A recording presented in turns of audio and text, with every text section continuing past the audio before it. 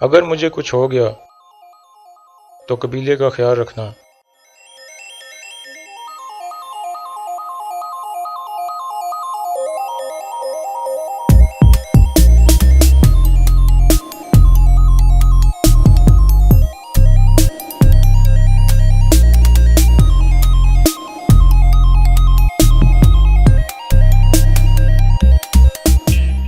میں سعادت الدین کوپے کی طرف سے سلام لایا ہوں آپ کے لیے۔ کیا اسے پھر سونا چاہیے؟ ہر سلام کے بدلے میں 10,000 سکے دیتا ہوں میں، کس طرح کا لالچ ہے یہ؟ ارطغرل قبیلے میں آ گیا ہے، ہمیں پتہ چلا ہے کہ اس نے کوجا بش کو مار دیا ہے۔ السلام علیکم ناظرین، اس قسط کے آغاز میں گمس تیکن کرکت سردار کی سیٹ کے سامنے کھڑا ہوتا ہے۔ آیت اللہ اسے کہتی ہے کہ ایک دن آپ بھی اس سیٹ پر بیٹھو گے۔ گمس تیکن کہتا ہے کہ مجھے اس سیٹ پر بیٹھنے کا کوئی شوق نہیں ہے۔ کونیا میں نظام تبدیل ہو رہا ہے اور ایک نئی دنیا جنم لے رہی ہے، اور اس نئی دنیا میں خانہ بدوش قبیلوں اور ان کے سرداروں کی کوئی اہمیت نہیں ہوگی۔ اس لیے ہمیں کچھ ایسا کرنا ہوگا جس سے سلجوق ریاست ہماری حفاظت کرے، نہ کہ ہم ان کی۔ دوسری طرف گندوگدو ارطغرل کی باتوں سے کافی متاثر ہوتا ہے اور حیمہ خاتون سے کہتا ہے کہ کوجا بش ایک غدار ہے اور نیان کے لیے کام کر رہا ہے۔ اس نے میری جان بھی اسی لیے بچائی تھی تاکہ میرے قریب ہو سکے۔ حیمہ خاتون کہتی ہیں کہ ارطغرل ایک دفعہ پھر صحیح ثابت ہو گیا، لیکن سوال یہ ہے کہ ہم کوجا بش کو غدار کیسے ثابت کریں گے؟ اس کے بعد گندوگدو اپنے مرکزی خیمے کے چاروں طرف اپنے سپاہیوں کو تعینات کر دیتا ہے تاکہ حالات خراب ہونے کی صورت میں وہ ان کی حفاظت کر سکیں۔ دوسری طرف ارطغرل اپنے ساتھیوں سے کہتا ہے کہ اگر مجھے کچھ ہو گیا تو اس قبیلے کا خیال رکھنا۔ اتنے میں گندوگدو کا ایک سپاہی وہاں آتا ہے اور ارطغرل کو کہتا ہے کہ گندوگدو نے آپ کو بلایا ہے۔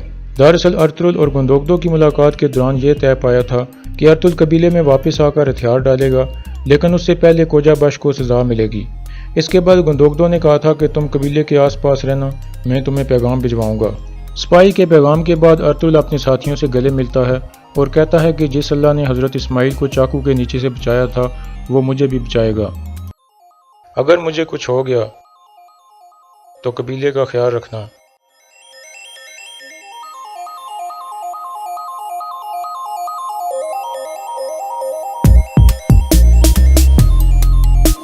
اس کے بعد وہ قبیلے کی طرف روانہ ہو جاتا ہے اور اس کے تینوں ساتھی اللہ اکبر کے نعرے لگاتے ہیں۔ دوسری طرف قبیلے میں ایک سپاہی آ کر گمس تیکن کو بتاتا ہے کہ ہم نے تجھ تیکن کو ہر طرف تلاش کیا لیکن ہمیں اس کا کوئی نام و نشان نہیں ملا۔ اتنے میں کرکت سردار اندر سے آ جاتا ہے اور سپاہی سے تجھ تیکن کے بارے میں پوچھتا ہے۔ سپاہی کہتا ہے کہ ہمیں تجھ تیکن نہیں ملا، جس پر کرکت سردار بہت جذباتی ہو جاتا ہے اور اس سپاہی سے کہتا ہے کہ کیسے تم اس کو زندہ یا مردہ تلاش نہیں کر سکے، ابھی تو اس نے شادی کرنی تھی۔ اتنے میں آیت اللہ اور گمس تیکن اس کو پکڑ کر دوبارہ اندر لے جاتے ہیں اور آیت اللہ اسے نیند کی دعا دے کر لٹا دیتی ہے۔ اس دوران کرکت سردار کہتا ہے کہ میں کائی قبیلے والوں کو بالکل نہیں دیکھنا چاہتا اور ان سب کو میں یہاں سے نکال دوں گا۔ اتنے میں وہ دوا کے اثر کی وجہ سے دوبارہ سو جاتا ہے۔ اس کے بعد گوکچے کہتی ہے کہ یہ سارا قصور میرا ہے، اگر میں نے تجھ تیکن کو ارطغرل کا پتہ نہ بتایا ہوتا تو یہ سب کچھ نہ ہوتا۔ آیت اللہ کہتی ہے کہ تم نے کچھ غلط نہیں کیا، فیصلہ تو اللہ کے ہاتھ میں ہوتا ہے۔ دوسری طرف کوجا بش دو درگا قبیلے کے کافی سارے سپاہیوں کو لے کر حیمہ خاتون کے خیمے کی طرف بڑھنے لگتا ہے۔ اس دوران وہ لگاتار نعرہ بھی لگا رہے تھے کہ ہمیں انصاف چاہیے۔ گوکچے نے اندر جا کر حیمہ خاتون کو اس بارے میں بتایا۔ حیمہ خاتون نے کہا کہ اپنی تلواریں اٹھا لو اور ضرورت پڑنے پر اپنی جان کی حفاظت خود کرنا۔ اس کے بعد وہ سب اپنی اپنی تلواریں اٹھا لیتے ہیں۔ دوسری طرف حکیم ارطغرل سپاہیوں کو روکنے کی کوشش کرتا ہے، لیکن کوجا بش کہتا ہے کہ ہم غداروں کو سزا دے کر رہیں گے اور ان کو مرنا ہوگا۔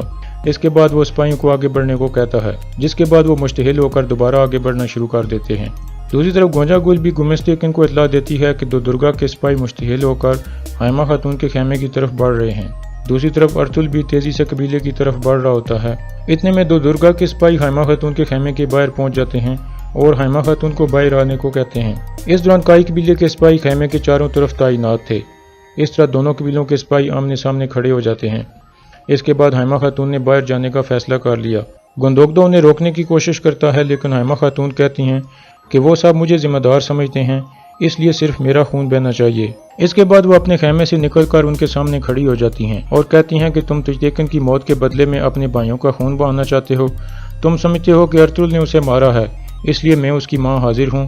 تم لوگ میرا خون بہا کر اپنا بدلہ پورا کر لو، لیکن اس کے علاوہ کسی کا بھی خون نہیں بہنا چاہیے اور میرا خون تم پر حلال ہے۔